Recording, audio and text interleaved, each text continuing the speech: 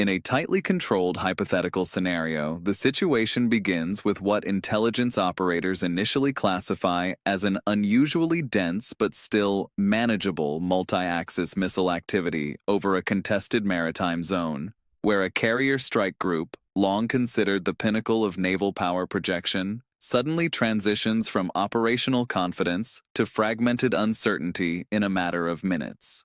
The first indicators are not explosions, but anomalies. Radar returns that don't behave as expected, tracking channels that begin to compete rather than cooperate, and defensive systems that start prioritizing speed over certainty as inbound objects multiply beyond standard engagement modeling.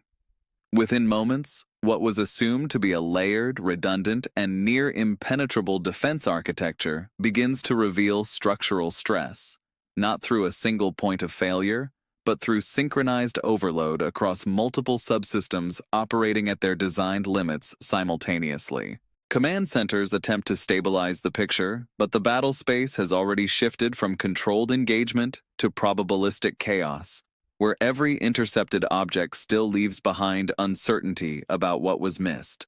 The emotional shock is not immediate destruction, but the realization that the system is no longer fully readable in real time, and that situational awareness has degraded into competing fragments of partial truth.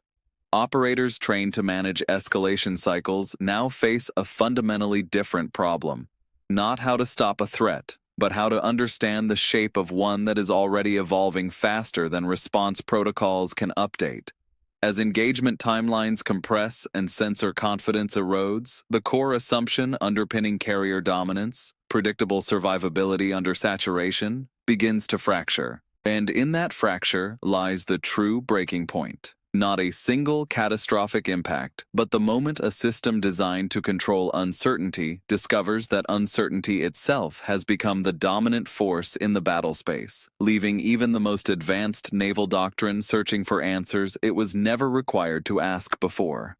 The first wave is not understood, at least not initially, as the beginning of a full-scale engagement, but rather as a data-rich anomaly. An unusual but seemingly contained surge designed to test defensive readiness under realistic stress conditions. Within the hypothetical framework, this opening phase behaves less like an attack and more like a systems probe, where each inbound vector is not only a physical threat, but also a behavioral input into a larger intelligence-gathering process. Defensive networks respond exactly as they were designed to: intercept, classify, prioritize, and distribute engagement responsibility across multiple layers of sensors, interceptors, and command nodes. Yet, this is where the illusion forms.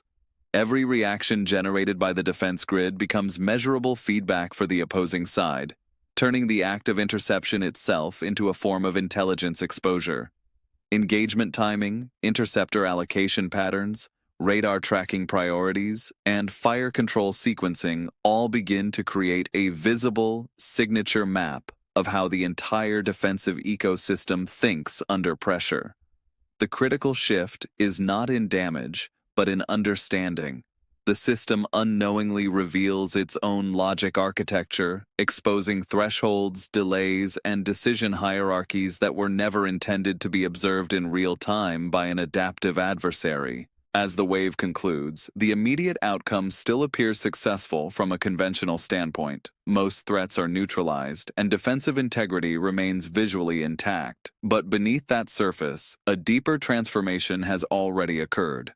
The defense grid has effectively been solved in operational terms, not through breach, but through observation under stress.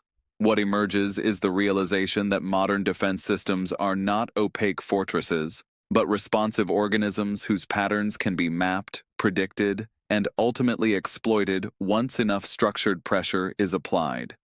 This creates the central paradox of the first wave illusion. The very act of successful defense becomes the mechanism by which future failure is engineered. As command assessments briefly return to baseline confidence, unaware of the analytical footprint left behind, the stage is already set for escalation. Because the first wave was never meant to break the system. It was meant to define it, and in doing so, quietly determine the conditions under which the system would eventually stop recognizing its own survival as control. Once the defensive architecture has been implicitly mapped by the first wave, the scenario escalates into a deliberately structured multi-wave saturation phase where timing, density, and directional diversity converge into a single operational objective. Overwhelm not just interception capacity, but decision coherence itself. In this stage, the system is no longer dealing with isolated threats, but with a continuously evolving volume problem, where every new inbound track competes for finite cognitive and mechanical resources within the defense network.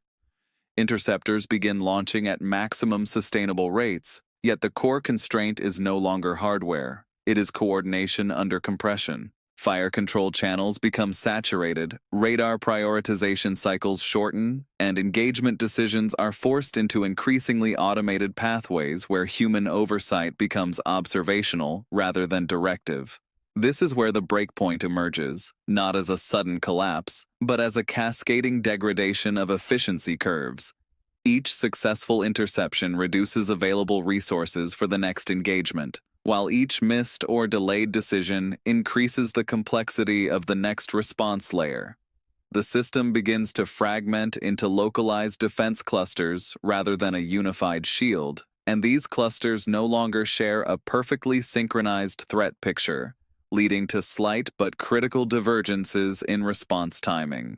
Those divergences accumulate, creating micro-gaps in coverage that are not immediately catastrophic individually, but collectively redefine the survivability envelope of the entire group. The psychological dimension intensifies as operators recognize that performance is no longer linear. Adding more interceptors does not restore control, it accelerates depletion. At the same time, the adversarial pattern shifts dynamically, exploiting observed reaction densities by concentrating pressure where the system has already begun to thin. This creates a feedback loop where defense activity itself shapes the next wave's effectiveness, turning protection into a variable that is actively manipulated rather than statically relied upon. The breakpoint, therefore, is not a singular moment of failure, but the crossing of a hidden threshold, where the mathematics of saturation outpaces the logic of defense, and once that imbalance stabilizes, recovery is no longer a function of capability. It becomes a function of whether the system can still distinguish between surviving and merely responding. At the core of the unfolding scenario, the decisive shift does not begin with physical destruction, but with a subtler and more destabilizing failure, the degradation of sensor coherence across the entire defensive network, where the battlefield transitions from a clearly mapped environment into a fragmented, partially readable construct. In this phase, the system is still actively engaging threats, but the integrity of the shared picture that synchronizes all defensive elements begins to fracture under sustained stress and electromagnetic clutter. Radar tracks that were once unified into a single recognized air picture begin to diverge across platforms, creating multiple competing versions of reality, each system confident in its own interpretation, yet increasingly inconsistent with adjacent nodes. This divergence forces command structures into a paradox where action must continue despite declining certainty, because hesitation itself increases vulnerability. As engagement density rises, tracking resolution becomes more computationally expensive, forcing prioritization algorithms to filter data aggressively, which in turn introduces blind spots that are not physical but informational. These blind spots are the true turning point, not gaps in coverage, but gaps in understanding. In such a condition, even advanced sensor fusion systems begin to lose temporal alignment, where incoming data arrives too quickly to be fully reconciled before the next update cycle begins. The result is a cascading perceptual lag, where decisions are made based on slightly outdated realities, and those delays compound under pressure. The psychological effect on operators mirrors the technical failure. Confidence in the displayed battle space erodes, replaced by a growing reliance on partial trust in automated systems that themselves are operating under degraded inputs. What emerges is a condition where the system is no longer fully blind, but inconsistently sighted, seeing fragments of truth without the ability to assemble them into a coherent whole. In this environment, the most dangerous threat is not the incoming object itself, but the uncertainty of whether it has already been accounted for. And as this uncertainty spreads across every layer of the defense architecture, the concept of control of the battle space begins to dissolve, not through impact, but through the quiet collapse of shared perception, where survival is still being executed, yet understanding has already been lost.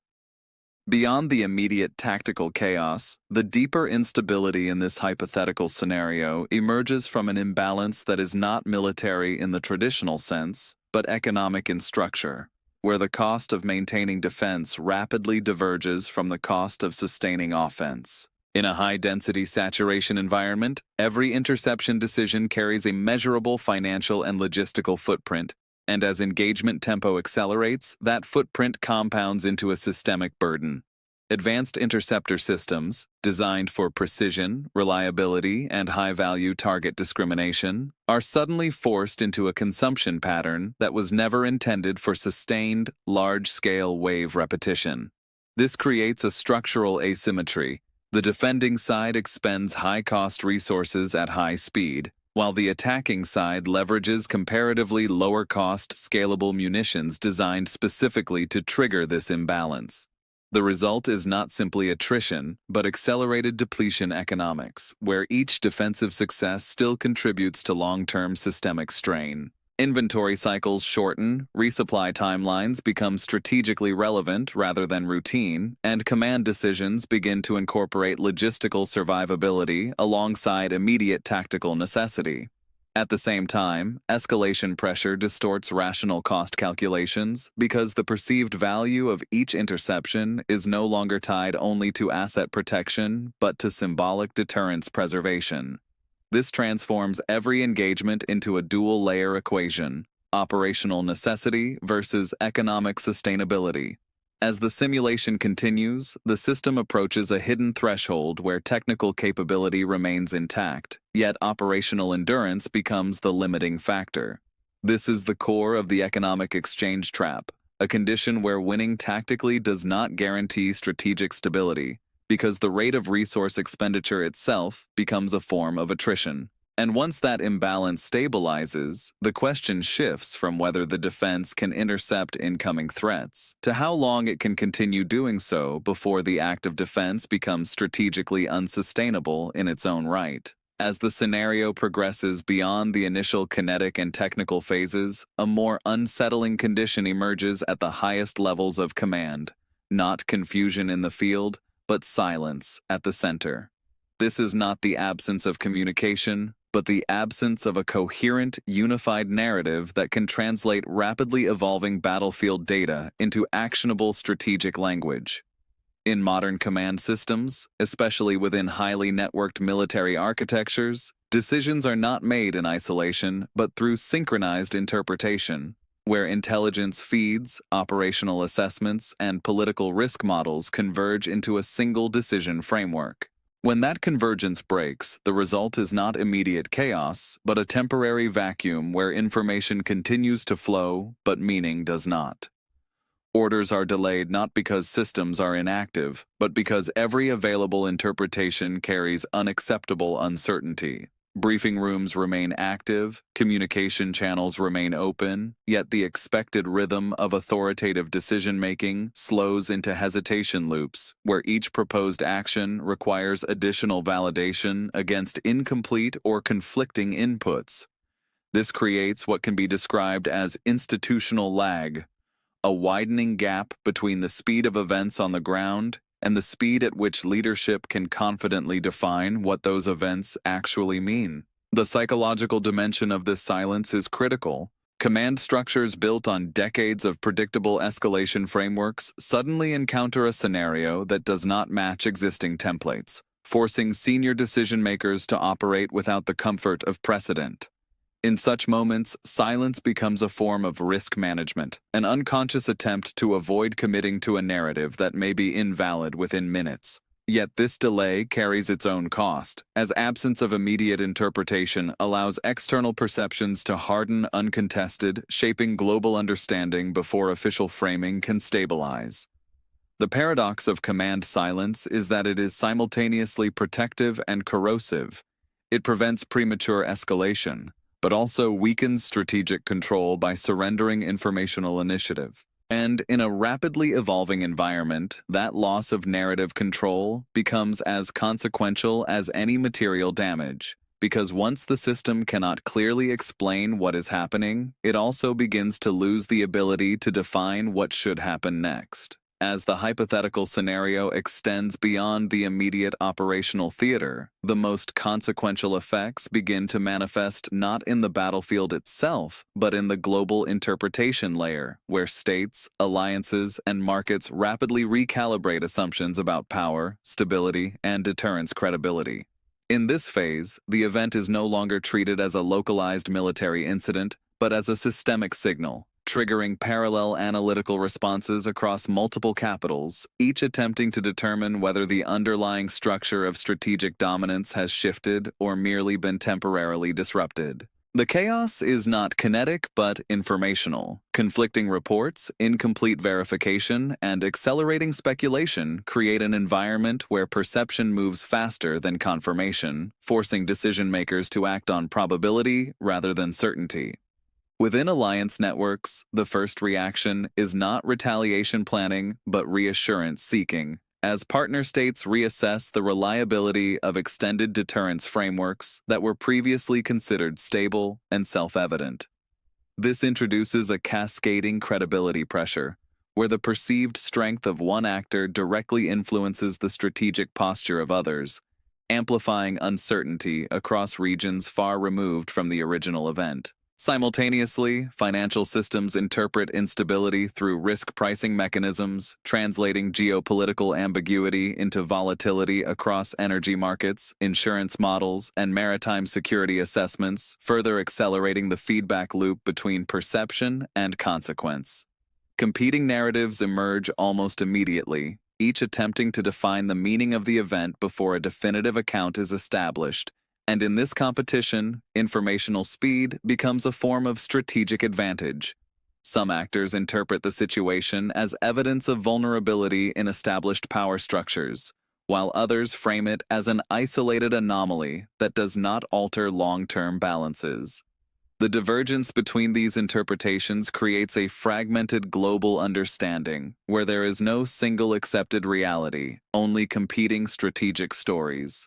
This fragmentation itself becomes destabilizing because global order relies not only on capability balances, but on shared assumptions about those balances. As those assumptions weaken, states begin hedging their positions, diversifying partnerships, and reassessing exposure to systems previously considered secure. The result is not immediate realignment, but a gradual diffusion of certainty, where influence is no longer anchored in demonstrated power alone, but in the ability to control interpretation of events as they unfold. And in that environment, the most powerful force is no longer the original action itself, but the speed and credibility with which its meaning is defined across the global system. In the aftermath of the hypothetical shock event, the most important transformation is not the immediate tactical outcome, but the doctrinal rupture it forces across modern military thinking, where long-standing assumptions about naval dominance, force projection, and defensive certainty begin to fragment under the pressure of observed saturation dynamics. What was once treated as a stable hierarchy of superiority, centered on carrier strike groups as the ultimate expression of global reach, now becomes a contested framework, where survivability is no longer assumed but continuously validated against evolving threat models. This shift does not abolish traditional power structures, but it redefines them within a more unstable and adaptive environment, where the balance between offense and defense is determined less by platform capability alone and more by system-wide integration speed, detection latency, and response adaptability under extreme stress. In this emerging paradigm, warfare is increasingly understood as a multi-domain interaction problem rather than a platform versus platform contest, where outcomes are shaped by the synchronization of space-based sensors, terrestrial launch systems, electronic warfare layers, and decision-making architectures operating under compressed timelines. The concept of uncontested domains effectively disappears, replaced by persistent contestation zones where control is temporary, conditional, and dependent on continuous system performance rather than static dominance. This evolution also elevates the importance of pre-engagement positioning, intelligence fusion accuracy, and predictive modeling, because the ability to anticipate engagement structure becomes as decisive as the ability to respond to it. At the same time, the economic and computational burden of maintaining high-confidence defense in saturated environments forces a reevaluation of force design, pushing military planners toward distributed resilience rather than centralized concentration. Large, high-value assets remain powerful, but their operational utility becomes increasingly tied to the robustness of the surrounding ecosystem rather than their standalone capability. As a result, deterrence itself shifts from being platform-centric to system-centric, where credibility is measured not by individual survivability, but by the demonstrated ability of an entire network to absorb, adapt, and reconstitute under pressure. This creates a fundamentally new operational logic. Success is no longer defined by preventing all penetration, but by ensuring that penetration does not translate into systemic collapse. And within that logic, the emerging warfare paradigm is not the end of traditional power. It is the beginning of a more fluid, continuously contested environment where adaptability becomes the primary determinant of strategic endurance. At the end of this hypothetical escalation framework, the central takeaway is not a conclusion about victory, defeat, or even technological supremacy, but a deeper and more uncomfortable question about adaptability in an era where every assumption is increasingly short-lived. Modern military and strategic systems are built on layers of doctrine, historical precedent, and confidence in escalation control. Yet this scenario highlights how quickly those layers can be forced to operate under conditions they were never explicitly designed to withstand. The real issue is not whether any single system performs well under pressure, but whether entire networks, technical, political, and psychological, can still maintain coherence when exposed to sustained multi-vector stress that evolves faster than decision cycles can stabilize. In this context, deterrence is no longer just about capability demonstration. It becomes a test of interpretive resilience, where the ability to define reality in real time is as important as the ability to act within it. And this leads to the most important open loop of all. If modern warfare is shifting toward continuous adaptation under uncertainty, then what actually defines dominance in a system where no advantage remains stable for long? Is it firepower, technological sophistication, economic endurance, or the speed at which a system can rewrite its own assumptions mid-crisis without collapsing under internal contradiction? The answer is not clearly established, and that uncertainty is the point. Because the next phase of global security may not be decided by who has the strongest platform, but by who can most effectively operate when platforms no longer guarantee predictable outcomes. If you've followed this breakdown to the end, the question now becomes unavoidable. Which existing systems, military, political, or economic, are already operating under outdated assumptions without realizing it? And what happens when the gap between assumption and reality finally becomes impossible to ignore?